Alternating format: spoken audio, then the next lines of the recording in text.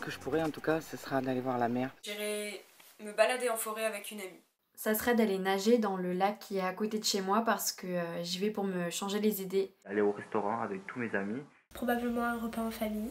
Ça sera d'abord de voyager un peu. Prendre le train. Ça serait aller à la piscine municipale. J'irai voir mes proches tout simplement parce qu'ils m'ont terriblement manqué pendant ces 2 mois. Aller en cours.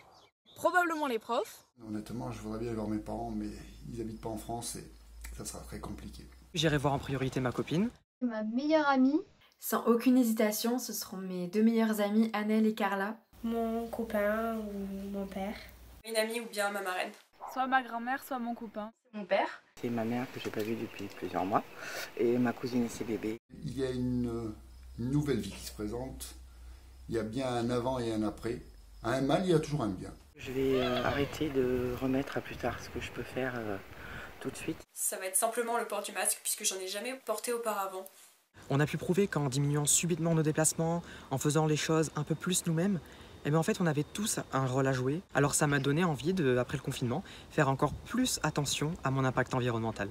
Après le confinement, je compte aller dans des associations et plus donner de ma personne pour aider le monde qui m'entoure. C'est mes cheveux. Mes cheveux sont devenus plus longs, plus beaux, plus soyeux et tout. Bon, voilà quoi.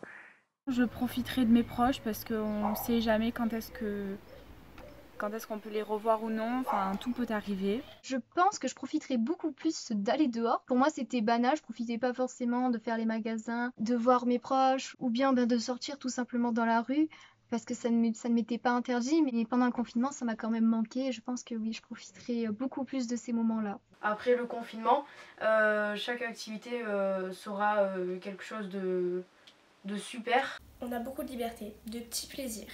On s'en rend pas forcément compte. Et là, le fait d'être confiné, on fera tous beaucoup plus attention à tous ces petits plaisirs. Je vois un monde avec beaucoup d'inquiétude et de peur.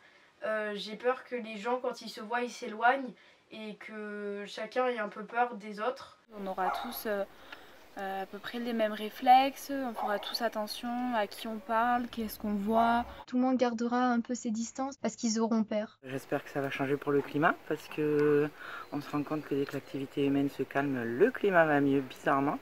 Donc ce serait bien qu'on en tire des leçons. L'écologie.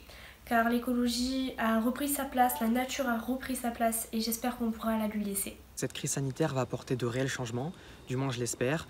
Peut-être que les gens seront plus solidaires entre eux, feront plus attention aux personnes en difficulté comme ils l'ont fait ces derniers temps. Je pense que malheureusement, il n'y a pas grand-chose qui va changer.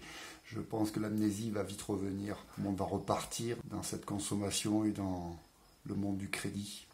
La consommation, mais peut-être même une surconsommation liée à ce confinement.